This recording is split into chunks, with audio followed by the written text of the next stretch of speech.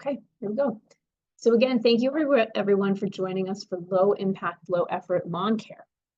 The United States, interestingly, has between 40 and 50 million acres of lawn. I guess that's not actually that interesting. But that lawn is primarily in the form of non-native turf grass, which is something that I didn't know until recently. And about 65% of that area is actually on residential properties. On average, Americans spend over 384 hours of their lifetime mowing those lawns. And people who use a service for lawn care can spend on average $125 and sometimes up to $200 per month caring for those lawns. Meanwhile, there are increasing reports about environmental impacts of lawns and the downsides of having turf lawns in particular. And so questions like, what exactly are these downsides of turf lawns come to mind? Can we mitigate those problems on our properties? How can we stop spending so much time and so much money on something that's actually not great for the environment? So to talk through these questions, today we're joined by Daniel Cleary, founder and owner of Eco Landscapes, LLC. Daniel has a bachelor's in sustainable landscape horticulture, and he founded Eco Landscapes to bring his expertise of sustainable landscaping and sustainable landscape design to the Philadelphia region. And I'm going to bring Dan online right now. Just give me a moment to do this.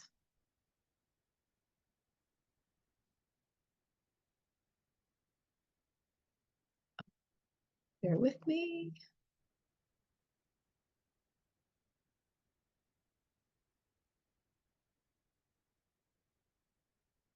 Forgive me. One sec here.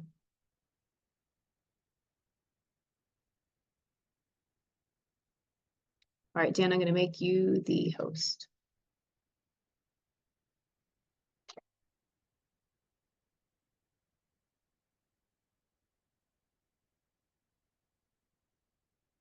Hold on, I think I need to unmute you. Or maybe you need to unmute yourself. I need to unmute myself. Thank you, Katie. Thank you. As Katie said, I have a degree in sustainable landscape horticulture, and I've been working in this industry for 25 years. And so I'm going to talk about a few different things about lawns as far as minimizing environmental impacts and also trying to get away from lawns when they don't make sense. I'm going to share my screen, hopefully, that's going to allow you to see a little PowerPoint that I put together. Hopefully you guys are able to see that.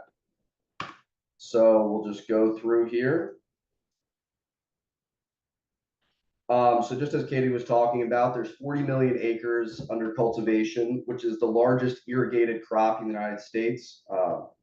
Corn is not all irrigated, so that's why. Here's a map on the side of where you would find all the turf grasses. It's basically the size of Florida, and if you compare it to what is considered wilderness in the United States at 111 million acres, 40 million acres is a huge amount of space, and how we manage that space will have a huge impact. Now, why did we get into so much area being lawn? One of the reasons is that there is nothing that is better than lawns for recreational space.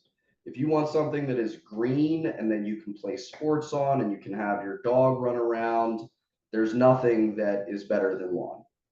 It's a very simple way to mow to maintain a space as well, meaning that if you have a lawn that you are mowing, while it does add up a lot of time to take care of it, you don't have to be able to identify 100 different types of plants. You just have to mow it. So there's a simplicity that comes from that helps some town managers and places like that, where they don't necessarily have to worry as much about educating all of their staff about what is good and what's bad. They can just send people out and mow it, even though on the whole it takes a lot longer. And there's also something fundamentally that we do like lawns, is that things like predators hiding, like having open space is somewhat reassuring to humans. So that's why I have the tiger photo. And there's also the cultural background of the Northern European environment that these turf grasses started in. But so that's mainly why we like it. The problems with lawns are that all of the landscapes that are dominated by grass species in the world are they utilize grazing animals such as bison, or in the savanna they use, the wildebeest come in and they create this self-sustaining system where the animals come in and they mow it all down, and then they go through the digestive process, return a lot of those nutrients back to the soil. The soil biome is able to stay healthy and break down those nutrients and return it to the soil, and then the grass grows back up. When you put that type of ecosystem into the home landscape and you don't have the grazing animals, you don't have fires, and you don't have any of, like in the case of the savanna, there's like the wet season and the dry season, you don't have all the environmental factors that allow the grasses to thrive, such as trees. Also, you're going to notice there's very few trees in that landscape with the bison. Humans are then the ones that have to mow it down, have to put fertilizers into it, have to fertilize it, reduce competition from weeds. And because it is a monoculture, largely, if you're going to be using the traditional lawn care companies, there's not a natural, there's not a biome in the soil to help with the fertilize, to break down the nutrients, but there also is not the predators and prey that you get in a natural system, such as ladybugs eating aphids is a really classic one. Like if you just mow the lawn and are constantly hitting it with pesticides and herbicides, you're not able to get that functioning ecosystem that keeps everything in balance, and the humans come in and just start spraying. And because of all those inputs are required. Home lawns use 10 times as much herbicide and pesticide per acre as compared to farms. 30 to 60% of all urban fresh water, so that's clean water, potable water, is dedicated to lawns. Lawn mowing creates noise. I think that's hard to put a number on, but I think we all know how disturbing all of the lawn mowing and leaf blowers can be to our quality of life. And it also, one thing people don't really realize is how much the lawn equipment pollutes, because it's not regulated like cars. So there's no catalytic converter. There's very little regulation on reducing the pollution on them. So the lawn care machines end up causing about the equivalent pollution of 30 million cars. There's no wildlife value, and they also lack the deep roots needed for erosion control and water absorption. Also, the graph I have on the side there is showing all of the different chemicals that are found in stream water. At the bottom, you can see they're comparing the Northeast, the South, the Midwest, the West, and the Pacific. All of these herbicides, insecticides, and fungicides are found in streams in all of those places. And in the Midwest, that's mainly farmland, but in the other regions, lawn's going to play a bigger role. And then that gets into our systems and can be disruptive. Why worry about lawns? Why worry about these environmental impacts besides for the health impacts? There's a whole range of environmental problems that we're facing: habitat loss, mass extinction, climate change. Most of these problems are fairly complicated. Transitioning to a green economy, transitioning to a green energy system, transportation system, these are total overhauls of systems that we've been using for hundreds of years. There's also some blowback that you get from people that feel that some people might be negatively impacted by that green future. In the case of lawns, there is a big impact. We're talking about 5% of the pollution in the country, a lot of the water pollution, and the equivalent of almost half of our wilderness area that could be used for habitat for birds and butterflies. You can have an impact at home. You can take the action. You don't have to depend on some big organization to take care of it. and it's also pretty. It has very, like, almost no downsides. So if you want to keep your lawn, so in the areas that it makes sense to keep your lawn, in areas that you recreate in areas that you walk on, that you want to have your dogs play, that there's good sun, the number one thing is reducing the chemical usage. Most of the weeds that you see in the lawn, dandelions, clover, plantain, creeping Charlie, you can walk on them, you can mow the lawn, and they will grow fine. They are green.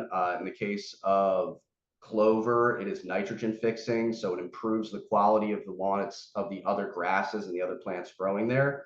There's no need to ever spray herbicides on a lawn. Mowing the lawn a little bit higher helps it stay a little bit healthier. Don't spray any pesticides. Basically, shouldn't be any reason to spray pesticides on the lawn. Use electric lawn equipment.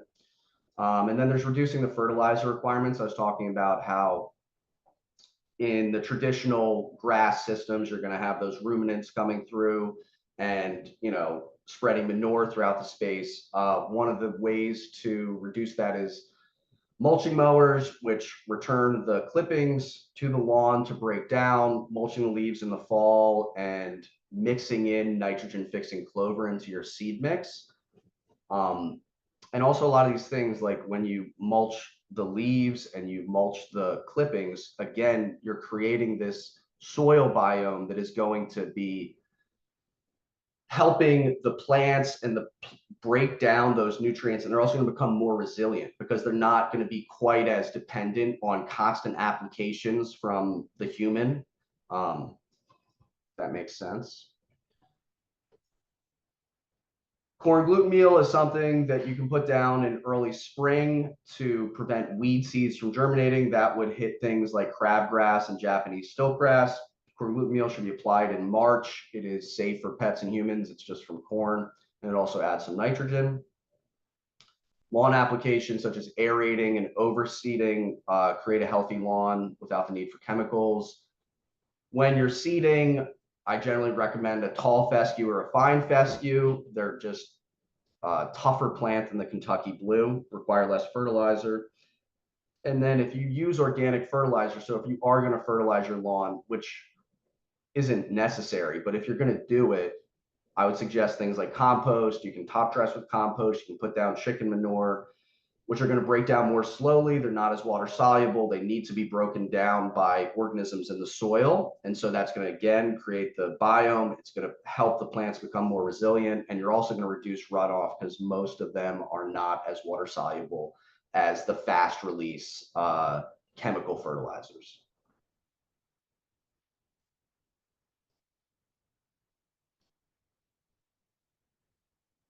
Once you get away from the areas that you have to play that make complete sense to have lawn, you should start to transition to no mow or alternative ground covers. So number one would be creating a plan for your property and looking around spaces that you can reduce the size of the lawn. Slopes are a pain to mow. Nobody really likes to mow them anyway, so that's a good one. Deep shade. Grass does not grow in the shade. Really wet areas, under trees, spaces you don't use for recreational purposes.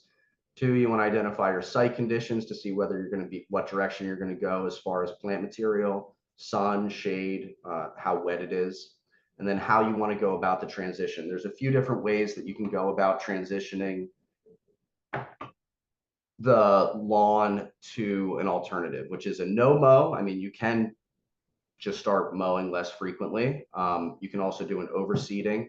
You can also actually remove all of the existing lawn, plant perennial and shrub gardens, or do the same with ground cover.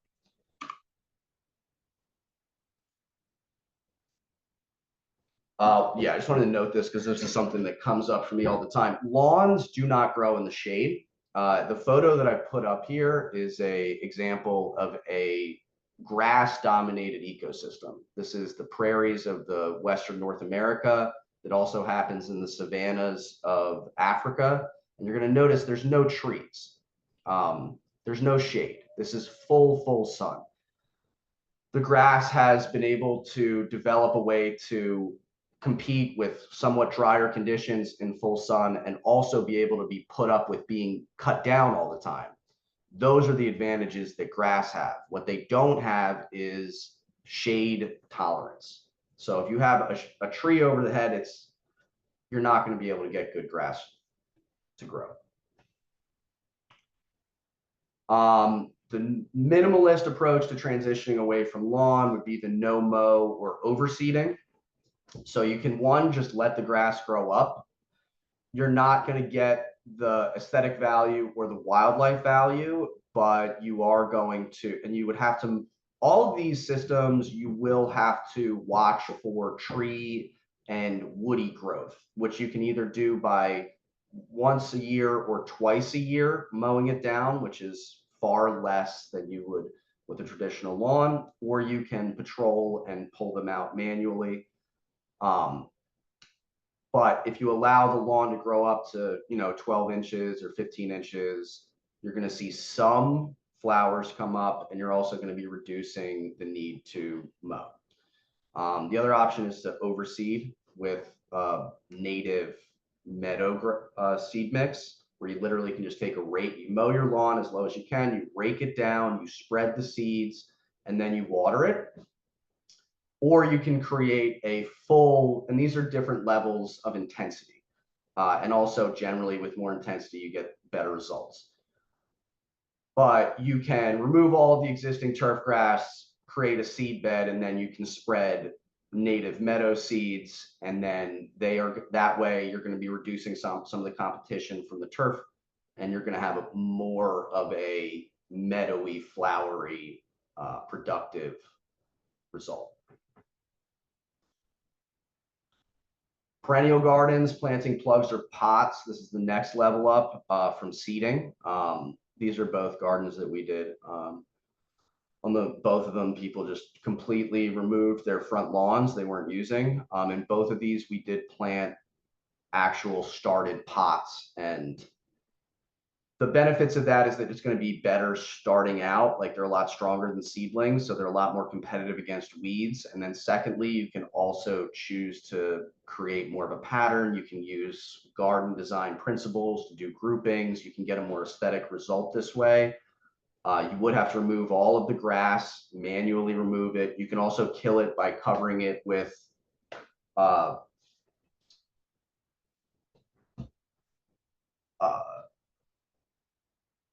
cardboard. You can cover it up with cardboard and some topsoil, or you can just cover it up with cardboard. You can cover it up with a tarp. You can kill it that way. You can manually remove it with a sod cutter. You can put down topsoil. So there's more effort involved in this, and probably the biggest downside is that plant material is expensive. So this is going to be a lot more expensive, and you have to dig holes instead of just spreading seed. So this is a much more expensive option. Native plants for the sun. These are a list of shrubs, grasses, flowers. You can put all of these in the sun in places that you want to get rid of grass.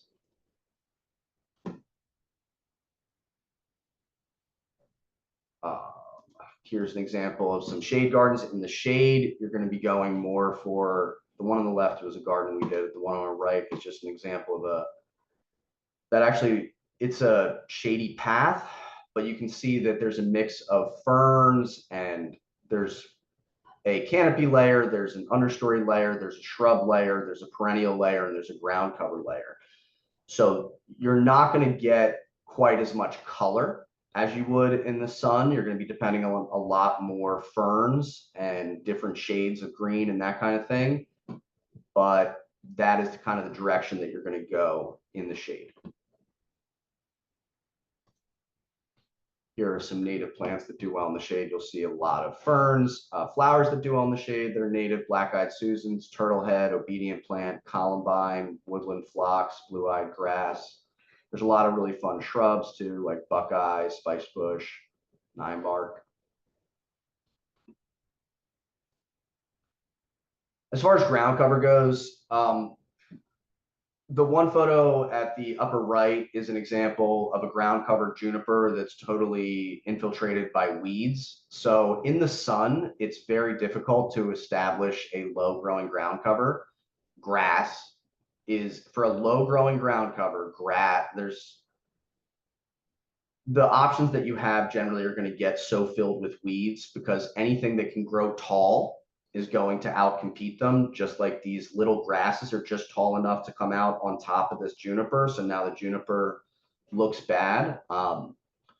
So short ground cover doesn't really work in the sun. You need to get things that are a little bit taller, more in like the 18 to 18-inch plus range to really have something competitive. In the shade, there are some ground covers that are adapted to low light conditions like sedges, pachysandra, and ferns. Lawns. Yep, I think that great for recreation. There are definitely negative environmental impacts from the way that we deal with lawns currently. So a big part is thinking about where they make sense and where they don't, and being thoughtful about how you treat your lawn. And yeah, just aiming to mitigate the downsides and transition away when possible.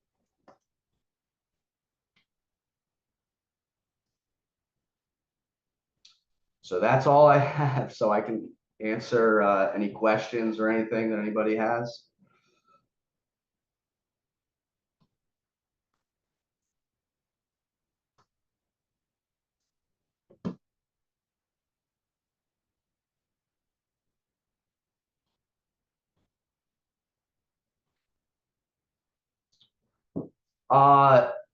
Micro clover is not that competitive. I've used it in a number of projects, and the results are not convincing. I mean, I mix in clover all the time with seed mixes, and in that regard, I've had a lot of success with that and mixing it in. As far as getting those beautiful, completely covered clover lawns, I have yet to see that actually come to fruition. So I would mix it in with other things, like a fine fescue or something in the shade. But I mean, clover's great, but I have not found it to be competitive enough to keep everything else out and just have a monoculture of that. So Cindy raised her hand.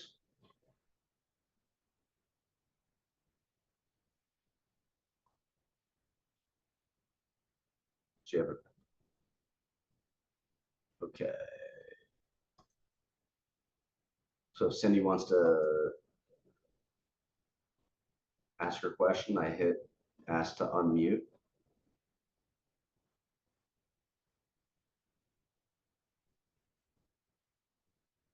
Or you can type it in, Cindy.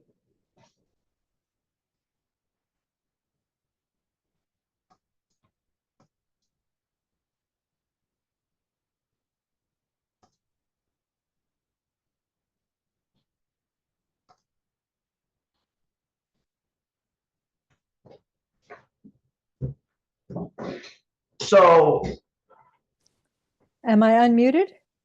you are now, Cindy, yes. Oh, sweet. Okay, thank you, thank you. This is a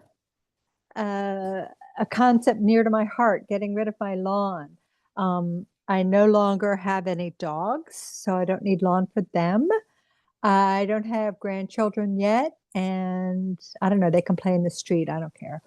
But I'm thinking of two things that I'm using. I have a little strip in my backyard that's grass, and I was paying somebody to cut my grass, but I got a free electric lawnmower on the neighborhood swap, so I think I'll cut it myself. But I'm thinking in my back, even though it's full sun, of using the sedge that did so well in the trials at Mount Cuba, the pretty sedge, the woody. And I just feel like putting it in a big spot. Are you familiar? Have you used that yet? It's been hard to find commercially. I have not used the one that you're talking about from Mount Cuba. I use sedges all the time. I use Pennsylvania sedge and Appalachian sedge, and there's some other ornamental sedges that we use. I love sedges. I find sedges, whenever we use them, to be extremely hardy and reliable, and I love them. I haven't used that particular one though, that you're Right. mentioning. You said it I was was red? really disappointed in the Pennsylvania sedge. I incorporated it into a large new garden down at the Rose Valley Swim Club where we're trying to put all native new plants in, and it just didn't perform. I put it in with some coreopsis, it didn't spread. I What was wasn't happy with how it, so much I'm sun did it have? pretty full. Maybe it It's was too much sun. Yeah, it's mainly adapted to grow in the shade. And so you have to think Hmm. too, like each of these plants are going to have developed over time to have certain advantages in certain conditions where they can Hmm. outcompete other plants. And Right. so in the shade, yeah, I mean, the Appalachian sedge and the Pennsylvania sedge are usually going to be pretty shady. Okay, so I'm hoping I did actually. I went down to Babaco's in Baltimore and bought a bunch of the pretty sedge. It was the only place I'd been able to find it commercially. Bought 30 pots and we cut them into three. So I have put that into in the fall into that garden at the pool. So I'm hoping because it seems like that can take that the woody can take more sun. So I'll see how it does at the pool, but I'm thinking of using it in my backyard as just like, because like I said, I don't have dogs anymore, just something to cover, something low to put in instead of grass that I'd mow once a year. Yeah, I would try it in a smaller area and see how it performs, Hmm. Yeah, especially I'm since also you're not thinking finding. of it in my front where people park occasionally. But the plant that is sort of too aggressive for many places, but I'm using it a lot in my yard is the pacra. I planted a bunch of Pacra today.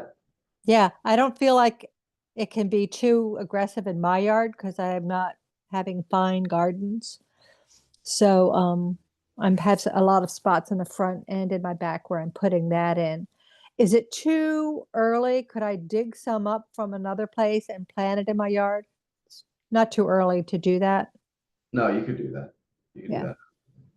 Yeah. If anybody on here wants some packer from the pool, it was too aggressive down there, so I'm digging it up. Let me know if you want it. Thank you.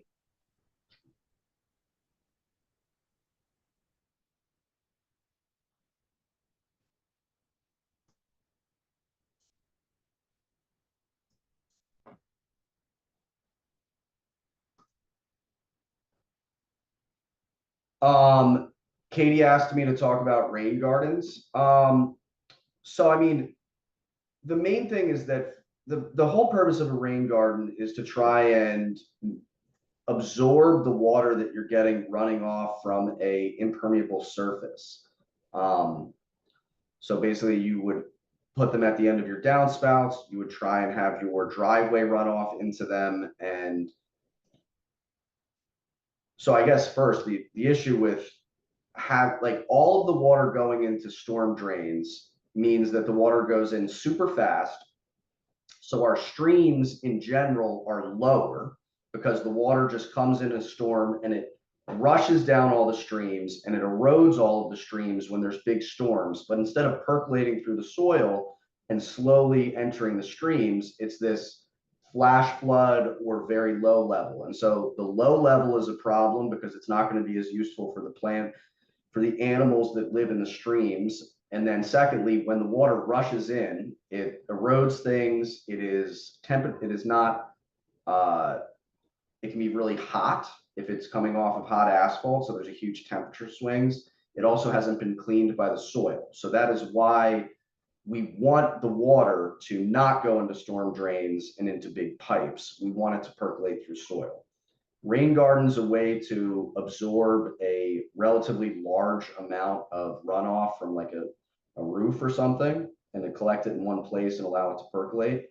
Um, I mean, if you have your downspout running out into a garden bed also though, as long as it's not going to storm drain, you can feel good that I mean, it's going to percolate there as well. So you don't always need a rain garden. A normal garden that water can just run like you, because a rain garden can add a lot of expense. You have to dig it out, you have to get the right kind of soil, and can be expensive and a lot of work. They're cool, but also just making sure that your downspouts are not going into impermeable surfaces.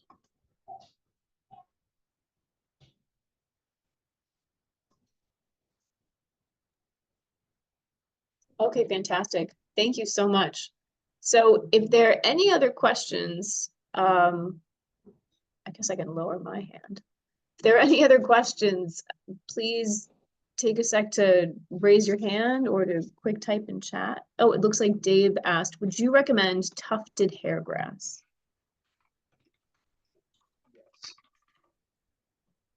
Discamptia. I did a lot of Discamptia last year. It gets tall when it has its inflorescence come up. So when it sends up its seeds, it changes from basically like very low, from like a low like 12-inch to like maybe like 30 inches. So that's something to take account of. I don't think I've ever had to replace a Discamptia. I found it well, and it gets planted in the sun. Wouldn't be really walkable unless you cut off. I mean, it's very mounded, but yeah, I mean, I use it all the time in prairies and meadows and that kind of thing. I will also say I've really gotten into grama grass. That's been one I've really been enjoying, which is Butaloa grass, Discamptia. As far as the low grasses that we use for meadows and gardens, it would be Discamptia, grama grass, Butaloa grass, prairie dropseed, and I also like Stipa grass, which is a North American native, but not quite as close to home as the others.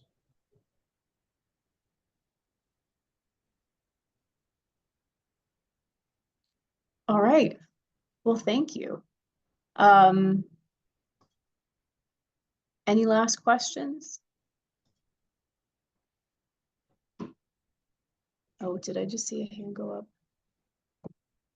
No. Okay. All right, great. Well, I'm going to put the link to Dan's website in chat. And I want to thank Dan so much. I reached out to Daniel completely out of the blue and said, hey, would you be willing to come educate our borough about lawns? And incredibly good-naturedly, he said, yes, when? So we're really grateful. And we're very happy to have you here. And thank you everybody for taking some time to miss out on the beautiful day and come learn about how we can reduce our lawn's impact and the effort that it takes for us to take care of it. So I am going to end the recording and thank you all. If you have any questions, you can follow up with Dan or you can follow up with us at the EAC. I believe my email address went out in the email with the link for the Zoom. And let us know at the EAC if you decide to do any of these steps with your lawn. I'd be very interested to see if the borough can sort of collectively as a community, if we can reduce, you know, the impact of our lawns and maybe even reduce the amount of lawn that we have. So thank you, everyone. Have a great day.